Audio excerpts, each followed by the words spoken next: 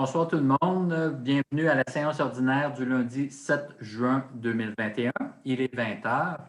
Alors, c'est une séance tenue par visioconférence avec enregistrement vidéo diffusée sur le site Internet de la municipalité. Les citoyens, comme d'habitude, sont invités à se joindre à la séance sur la plateforme Zoom pour poser leurs questions au conseil ou les envoyer par écrit avant la séance. Donc, là-dessus, Pierrette, tu me précisais tout à l'heure qu'on n'a pas reçu de questions par écrit. Donc, s'il y en a, ça va se faire en présent, c'est-à-dire par les personnes présentes au moment venu. Alors, on est au point 1, ouverture de la séance et approbation de l'ordre du jour. Ça prendrait un proposeur. Je propose. C'est Nicolas qui a proposé en premier, je crois. Oui. Appuyé par Claude. Marcel ne s'oppose pas. Adopté à l'unanimité. Bref, 2.1. Procès verbal de la séance ordinaire tenue le 10 mai 2021 pour approbation. Alors, s'il n'y a pas de questions, ça prendrait un proposeur. Proposé par Marcel, appuyé par Claude. Personne ne s'oppose. Adopté à l'unanimité. Période de question numéro 1 réservée au public. Alors, est-ce qu'on a deux personnes du public avec nous ce soir, Véronique et Kevin? Est-ce que vous avez une question ou des questions pour nous? Non? Non, pas pour moi, merci. Parfait. Bien, merci. Pour l'instant, merci. Parfait. Il y aura une deuxième période de questions si jamais c'est le cas en cours de route. Gestion financière et administrative. 4.1, compte et salaire pour approbation. Est-ce qu'il y a des questions? Sinon, ça prendrait proposeur. Propose. Proposé par Marcel, appuyé par Nicolas. Claude ne s'oppose pas, donc adopté à l'unanimité. Je vais déclarer mes intérêts pécuniaires en 4.2 en tant qu'administrateur du domaine du règne. Parfait, Claude, merci. Alors, compte du système de traitement des eaux usées aux 76 carrés dépassés pour approbation. Un de vous propose, donc Marcel propose et Nicolas appuie. Donc, voilà, c'est adopté. 4.1, élection. Vote par correspondance pour les personnes de 70 ans et plus pour approbation s'il y a lieu. Pierrette, je t'inviterai à préciser de quoi on parle à ce moment-ci pour éclairer nos citoyens, s'il te plaît. Oui, c'est une nouvelle mesure qui a été mise en place pour la COVID-19. Si le Conseil est d'accord, le Conseil peut passer une résolution pour inviter les personnes qui ont 70 ans et plus à voter aux élections du 7 novembre par correspondance. Donc, pour ceux qui le demanderont, si le Conseil passe la résolution et qui ont 70 ans et plus, la municipalité va leur envoyer la documentation nécessaire et ils pourront retourner le bulletin de vote par la poste ou en venant le porter là, dans la chute à lettres. Et ça s'en va dans une urne particulière qui sera dévoilée le soir du 7 novembre. Merci. Alors, ça prendra un proposeur. Propose. Proposé par Claude, appuyé par Nicolas, je crois. Oui. Marcel, est-ce que tu t'opposes? Non. À l'unanimité. 4.4, toujours sur la thématique des élections. Vote par correspondance pour les électeurs non domiciliés pour approbation s'il y a lieu. Encore une fois, Pierrette, peut-être éclairer les gens sur de quoi on parle à ce moment-ci.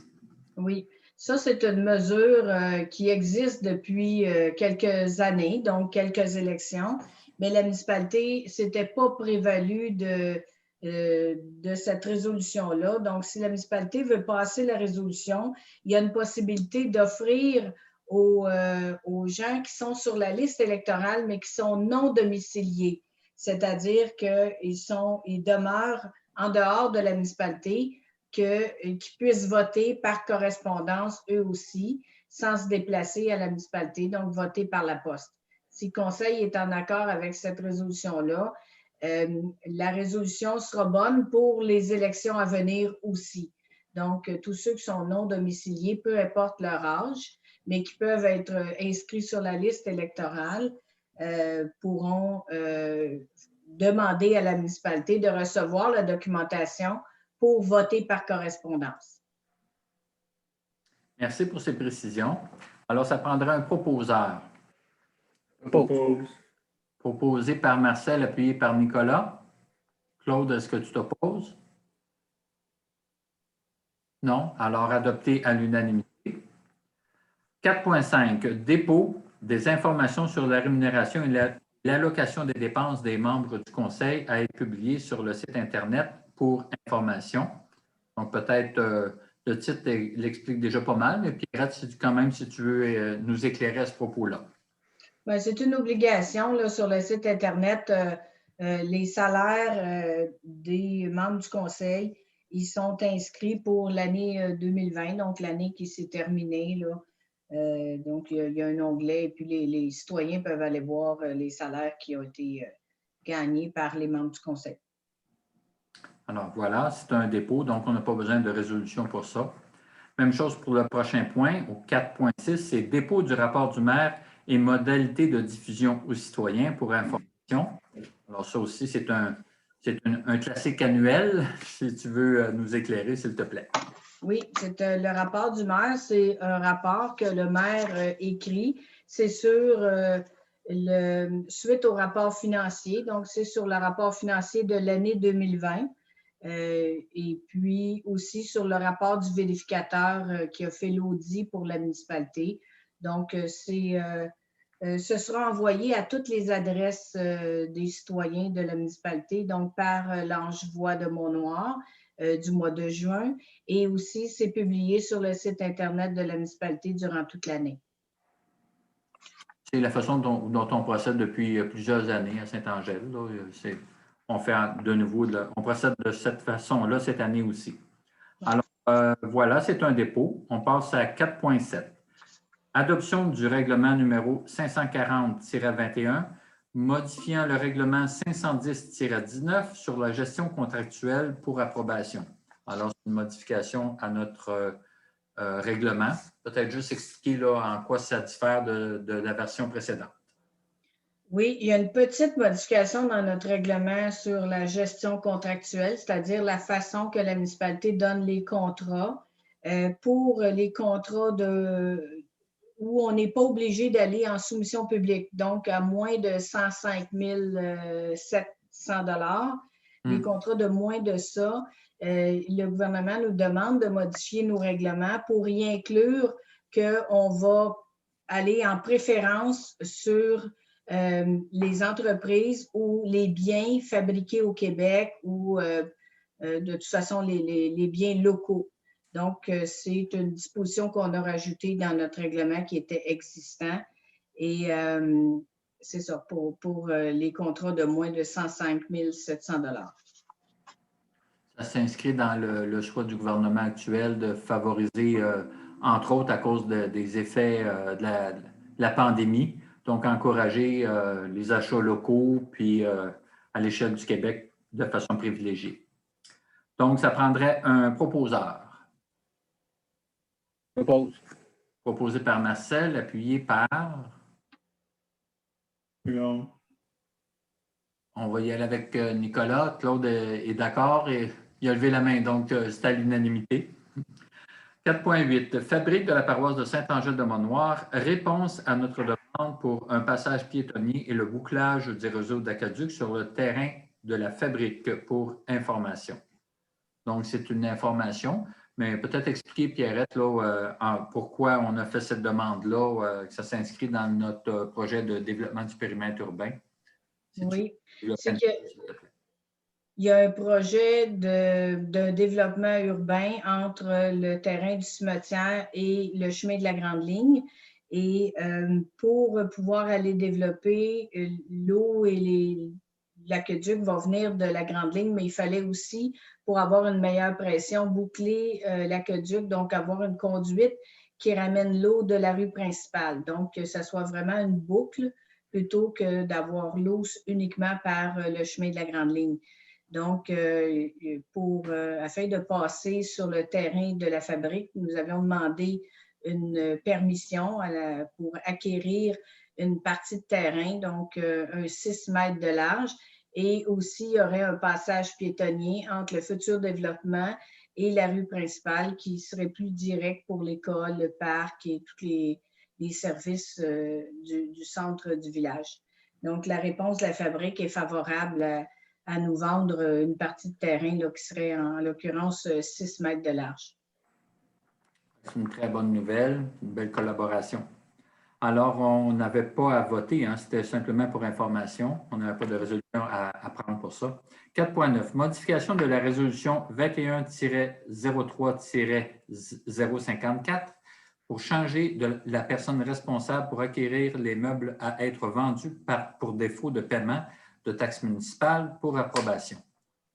Alors, dans le fond, compte tenu que je ne suis pas disponible pour y aller, je serai absent dans les prochains jours. Alors, on voulait simplement nommer Pierrette à cette fonction-là. Je ne sais pas si tu veux rajouter quelque chose là-dessus, Pierrette. Non, rien à ajouter. OK, parfait. Donc, ça prendrait un proposeur, s'il vous plaît. Proposé par Nicolas, appuyé par Marcel. Personne ne s'oppose. Voté à l'unanimité. 4.10, modification de la résolution numéro 20-12-304 pour report des séances des mois de juillet et août 2021 pour approbation.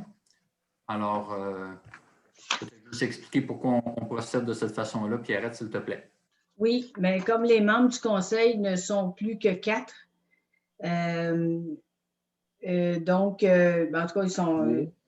Il y a eu plusieurs démissions, donc ils sont moins de monde. Il faut s'assurer que les membres du conseil soient présents aux séances. Les séances sont annoncées au mois de décembre pour l'année suivante. Et puis, on avait annoncé le mois de juillet, la séance le 5 juillet et au mois d'août, la séance le 9 août. Et comme il y a des membres qui seront en vacances et qui ne sont pas disponibles à ces dates-là, ils sont reportés d'une semaine. Donc, la séance du mois de juillet se tiendra le 12 juillet et la séance du mois d'août se tiendra le 16. Le 16. 16 août. Merci. C'est ça. Je n'avais pas noté les nouvelles dates. Alors, voilà, ça prendrait un proposeur. Merci, Pierrette. Proposé par Claude, appuyé par Nicolas. Marcel ne s'oppose pas. Adopté à l'unanimité. 4.11, achat de trousses de premiers soins pour approbation. Alors, grosso modo, c'est qu'on doit renouveler nos trousses de premiers soins et les exigences sont plus importantes, donc il faut rajouter des éléments. Je ne sais pas si tu veux rajouter quelques points là-dessus ou c'est suffisant comme explication. Donc, le coût total d'achat des 12 nouvelles trousses est de 1 489,93 taxes incluses, donc 1 360,51 taxes nettes. Et ça, c'est pour remplacer les trousses autant dans tous nos bâtiments que dans nos véhicules, que aussi pour le camp de jour. Donc, c'est ce qui explique le montant, parce que ça finit par faire un bon montant, mais ça en prend partout, et inclusivement dans les véhicules. Il n'y en avait pas de trousses avant? Oui, il y a des trousses et ce qui arrive, c'est que les trousses, maintenant, il y a des nouvelles exigences depuis le printemps, là, 17 mars, où maintenant, il y a des nouvelles normes et il y a plus de choses qu'on doit mettre dans les trousses. Et les trousses actuelles, les boîtes sont rigides et il n'y a pas de place pour rentrer les nouvelles choses qu'on doit y mettre, en plus de, en tout cas, rentrer tout ce qu'on doit y mettre. Donc, il faut remplacer les boîtes. Il fallait racheter les choses nouvelles qu'il faut mettre dans les trousses. Donc, ça coûte aussi cher que tout remplacer la trousse au complet. Et avec des choses dedans ils vont périmer plus tard, là, finalement. Donc, c'était plus avantageux de changer au complet les trousses. C'est spécial, mais c'est ça la réalité. Est-ce qu'il y a d'autres questions là-dessus? Alors, ça prendrait un proposeur. Propose. Proposé par Marcel, appuyé par Nicolas. Personne ne s'oppose. À l'unanimité.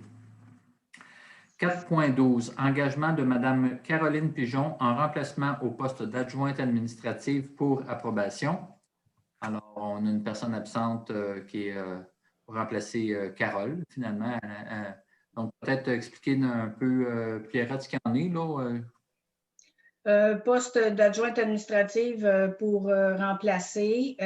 On n'a pas le temps, le délai, vu que c'est un congé maladie à remplacer. Et c'est un poste de 28 heures semaine, donc sur les 4 jours, lundi au jeudi. Alors, c'est pour une période indéterminée. Alors, ça prendrait un proposeur. Propose. Proposé par... c'est Nicolas qui a parlé? Oui. Proposé par Nicolas, appuyé par... Oui. Par Marcel. Personne ne s'oppose. Adopté à l'unanimité. On a un point supplémentaire. J'ai oublié de mentionner ça au début de la rencontre. On a 2 points additionnels. Le point 4.13 et on en a un autre au point 7.4 que je vais vous lire tout à l'heure. Je m'excuse, j'ai oublié de préciser ça en début de rencontre. Alors, à 4.13, c'est démission de M. Mathieu Bélanger, conseiller municipal au poste numéro 1. Alors, tout est dans le titre du point. M. Bélanger nous quitte, il déménage, donc il démissionne de son poste. Je ne sais pas s'il y a autre chose à préciser, Pierrette. J'ai l'impression que non. Non. Alors, ça prendrait un proposeur pour accepter la démission. Propose. On a là, c'est simple. Mon écran, là, les 2 mails sont levés. Nicolas appuie, on va dire, c'est-à-dire propose, appuyé par Claude. Personne ne s'oppose, donc la proposition est acceptée, la résolution. Au point 5, on n'a pas de point en sécurité publique. Au point 6, transport et voirie locale. 6.1, confirmation du Gabriel Marquis au poste d'employé des travaux publics et fin de sa période de probation pour approbation. Donc, peut-être que tu veux préciser quelque chose là-dessus, Pierrette? Approbation d'1 an qui est terminée. Gabriel fait un très bon travail. On est très heureux Propose. d'avoir Gabriel parmi nous. Quelqu'un qui a proposé, je pense que c'est Nicolas. Oui. Nicolas, appuyé par... Appuyé. S'oppose, adopté à l'unanimité. 6.2, travaux de pavage à divers endroits. Alors, peut-être, Pierrette, expliquer un peu où sont ces endroits, puis le montant total qui sera investi pour ces travaux. Oui, on parle de chemin de la Grande Ligne et Saint-François, plusieurs patchs de pavage. Donc, pour un coût total de 18 525 et 32 taxes incluses, donc 16 916 et 9 taxes nettes. Voilà. Alors, ça prendrait un proposeur. Propose. Proposé par Marcel, appuyé par...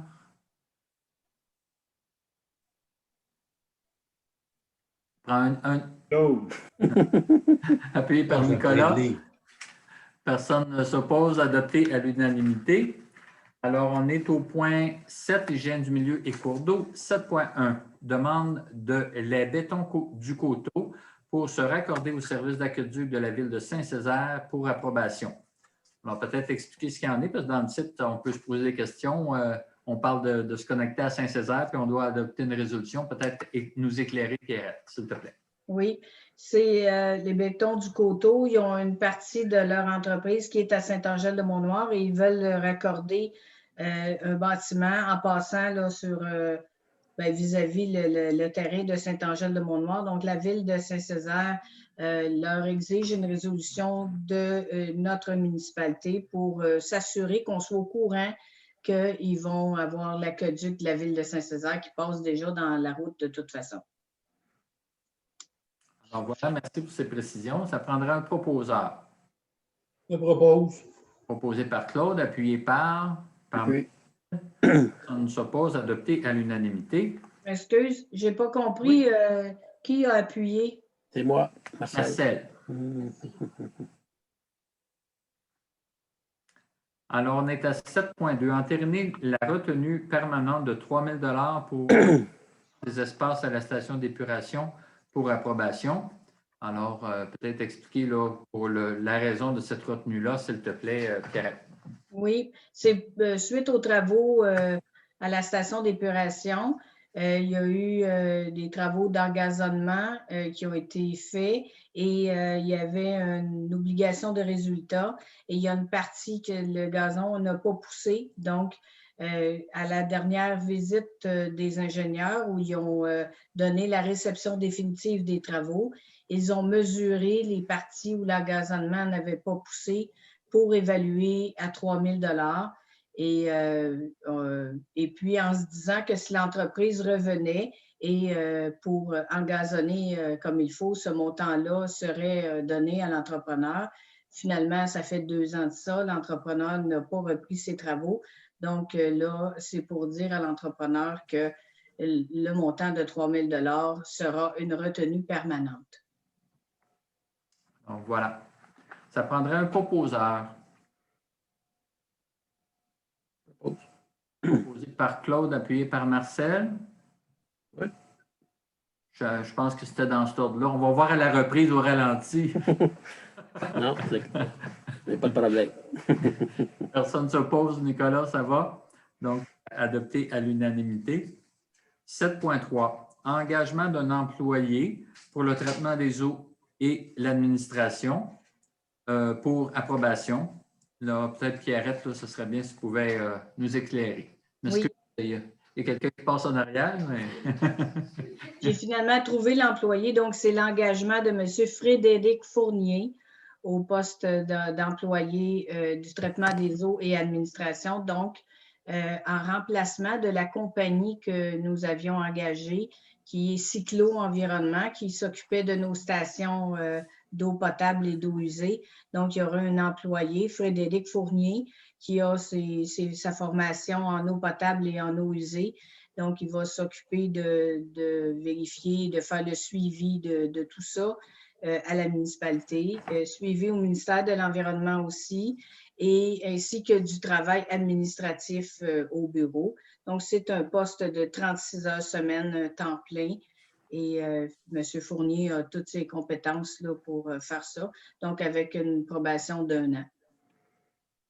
Parfait, merci pour ces précisions. Alors, ça prendrait un proposeur. Pause. Proposé par Marcel, appuyé par Nicolas. Donc, Personne ne s'oppose, adopté à l'unanimité. On est au point 7.4, qui est un ajout, comme je le mentionnais tantôt. Alors, c'est programmation numéro 3 révisée des travaux à réaliser dans le cadre de TEC. Peut-être aussi préciser TEC, je ne me souviens plus de l'acronyme, c'est TAC, Entente Québec-Canada-Québec ou de l'essence, je ne me souviens plus. C'est la taxe sur l'essence et de la contribution du Québec. Donc, c'est ça. Donc, la taxe sur l'essence, c'est la partie fédérale et la contribution du Québec qui vient s'ajouter. Donc, c'est une subvention fédérale provinciale. Et la résolution, c'est pour modifier la programmation 3, donc programmation 3 révisée des travaux que nous allons faire avec cette subvention-là. Il avait été annoncé des plans et devis pour un réservoir d'eau potable que finalement nous devons enlever parce que les travaux qu'on doit faire qui sont restés pour cette subvention-là sont les travaux pour régler le problème de l'égout pluvial sur la rue Régent, ainsi qu'un bassin de rétention des eaux usées au poste d'eau usée, là, au poste de pompage au 58 chemin du Vide, et les travaux de la rue Régent coûtant plus cher que ce qui avait été prévu. Alors, il faut réajuster ce qu'on avait prévu au départ. Et les plans et devis du réservoir d'eau potable ne se feront pas sur cette subvention-là. Donc, c'est pour ça qu'on reprend une résolution à cet effet-là. Alors, c'est une longue explication, mais c'est ça la réalité. On est obligé de se réajuster avec les réalités qui nous rattrapent, là. Alors, voilà. Merci pour ces précisions-là, Pierrette. Ça prendrait un proposeur. propose. Proposé par Nicolas, appuyé par... Marcel, tu ne t'opposes pas. Donc, Non, adopté à l'unanimité. On n'a pas de point en santé. Oui, Pierrette? L'appui est de... No. OK, merci. Alors, on n'a pas de point en santé bien-être, donc on passe à 9, aménagement, urbanisme et développement. 9.1, demande de dérogation mineure 2021-02 pour approbation. Donc, on a une recommandation de notre comité consultatif en urbanisme qui nous conseille de ne pas accepter cette dérogation. Je te laisse la parole, Pierrette, pour nous éclairer davantage. Oui, la demande de dérogation mineure est pour un bâtiment accessoire résidentiel détaché, donc un garage accessoire sur un terrain résidentiel. Et puis, c'est pour le garage. Un garage détaché doit avoir les murs d'une hauteur maximale de 3 mètres au règlement d'urbanisme. Et là, c'est pour augmenter la hauteur des murs de 3 mètres à 5,97 mètres, donc presque le double pour la hauteur des murs. Donc, c'est sur cette disposition-là que le comité consultatif d'urbanisme disant que ce n'était pas considéré comme étant mineur et que ça ne respectait pas les plans qui avaient été soumis à la demande de permis à la municipalité. Donc, il recommandait au conseil municipal de ne pas accorder la dérogation mineure. Donc, juste pour les fins pour être sûr qu'on se comprend, on va demander un vote sur la recommandation qui dit de ne pas l'accepter. Hein, c'est comme ça qu'on procède? Parce que si on ne pas. Non, le conseil municipal a la recommandation du CCU, mais se prononce sur la demande de dérogation mineure. Donc, là. Donc, vous l'acceptez ou pas d'accorder une dérogation mineure? Donc, la proposition qui est faite, moi, pour être sûr qu'on se comprend, on vote en défaveur de la demande de dérogation. C'est comme ça. Pour les fins du compte-rendu, comment on doit présenter ça? Juste être sûr. Suivre les recommandations du CCU. Mais la recommandation du CCU, c'est pour vous aider à prendre la décision. Mais la décision du conseil est sur la demande de dérogation mineure numéro 2021-02, qui est d'augmenter les murs d'un bâtiment résidentiel accessoire de 3 mètres à 5 mètres,97 m. Si vous êtes en faveur, vous voulez accorder la dérogation. Si vous êtes en défaveur, vous ne voulez pas accorder la dérogation. Donc, conséquemment, la discussion qu'on a eue en caucus, on est en défaveur de cette demande de dérogation-là. Donc, notre vote va dans le sens de refuser la demande, c'est ça? Oui. Donc, ceux qui sont contre la demande de dérogation mineure, dans le fond, on vote la main, à main levée. Comment on procède, Pierrette? C'est juste la technicalité, parce que je ne veux pas que la résolution, pas de confusion, là, on vote contre cette demande de dérogation-là. Monsieur Paquin, normalement, le proposeur d'une résolution va dire qu'est-ce qu'il veut mettre dans sa résolution. Donc, si c'est dans le sens de ne pas accorder la dérogation mineure, le proposeur dit « Moi, je propose de ne pas accorder la dérogation mineure. » Et là, s'il y a un appuyeur, ensuite, on vote sur la résolution. OK. Donc, en toute logique, ça prendrait un proposeur contre cette demande de dérogation mineure. Est-ce qu'il y a quelqu'un pour proposer d'aller à l'encontre de cette proposition?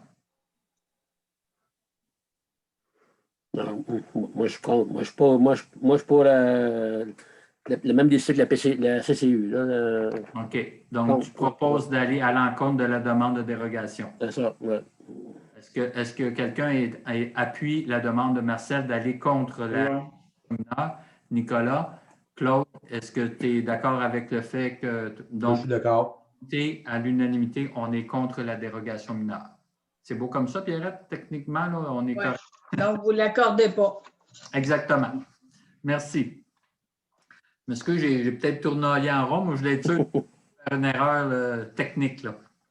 Alors, on est au point 10, loisirs et culture. 10.1, lettre de démission de Mme Sabrina Picard, coordonnatrice aux loisirs et communication, effective le 7 juin 2021, donc aujourd'hui même, pour approbation. Donc, peut-être expliquer aux citoyens qu'est-ce qui arrive avec Mme Picard, Pierrette, là, s'il te plaît. Oui, Sabrina Picard avait été engagée pour remplacer le congé de maternité de Catherine Lhomme. Elle est rentrée au mois de novembre et le congé de Catherine se termine le 13 septembre. Mais Sabrina a trouvé un emploi régulier dans une autre municipalité. Donc, elle a quitté vendredi dernier suite à sa lettre de démission. Et puis, ben là, le poste était à combler. Merci. Alors, ça prend un proposeur. Propose. Proposé par Nicolas, appuyé par Marcel. Oui. Personne ne s'oppose. Adopté à l'unanimité. 10.2, qui est en toute logique, qui suit le point précédent. Engagement d'une personne ressource au poste de coordonnateur au loisir pour une période approximative de 3 mois pour approbation. Alors, nous éclairer, Pierrette, s'il te plaît. Oui, donc c'est Mme Véronique Paré qui est engagée par la municipalité pour combler le poste vacant pour remplacement là, comme coordonnatrice aux loisirs et communications jusqu'au 10 septembre, donc pour une période approximative de 3 mois.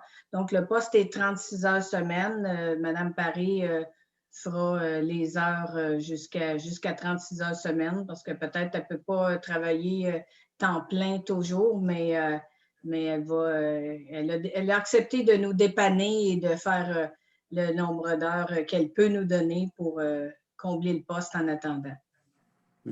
Merci beaucoup. Alors, ça prendra un proposeur. Je propose.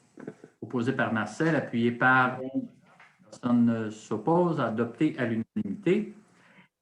Au point 11, on a correspondance. Est-ce qu'il y a des questions ou des commentaires sur la correspondance reçue? C'est beau. Non. Point 12. Oui, Pierrette, excuse. Non, il n'y avait pas de... Il y avait... la correspondance, excusez. Oui, oui. Alors, au point 12, on est à la deuxième période de questions réservées au public. Est-ce qu'il y a des questions ou des commentaires de la part du public? Bien, le public s'est rendu tous des employés municipaux, alors C'est un gros public. Bien, vous avez le droit d'avoir des commentaires et des questions quand même. Non. tu vas avoir le bel devoir de corriger mon français horrible. J'expliquerai après. Merci. Alors, on est rendu au point 13 qui est clôture de la séance. Ça prendrait un proposeur. Pause. Proposé par Nicolas, appuyé par Claude. Alors, adopté à l'unanimité. Alors, merci beaucoup. Ça met fin à notre rencontre d'aujourd'hui. Et comme on le disait tantôt, la prochaine se trouve à être... on ne l'a pas dit tantôt, là, mais oui, on l'a dit au mois de On l'a dit. c'est le 12 juillet. Ouais. Alors, merci à tout le monde et on se revoit le 12 juillet. Bonsoir. Merci, bonsoir. Bonsoir tout le monde. Bye bye.